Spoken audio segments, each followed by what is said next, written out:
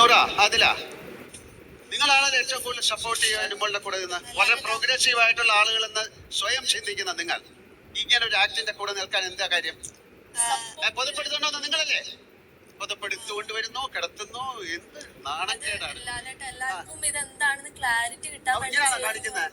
അല്ല, ഒരു കാര്യം ക്ലാരിറ്റിയാണ് നിങ്ങൾക്ക് കിട്ടിയത്. അത് ആക്ച്വലി ചെയ്തത് മോശം, ഡെമോൺസ്ട്രേറ്റ് ഒന്നും ചെയ്യണ്ടായിരുന്നു. അല്ലല്ല, അതിന് മുമ്പുള്ള കാര്യം ചോദിക്കുന്നത്. ഇങ്ങനെ ഒരു കാര്യം നടന്നെന്ന് നിങ്ങൾ വിശ്വസിക്കുന്നുണ്ടോ?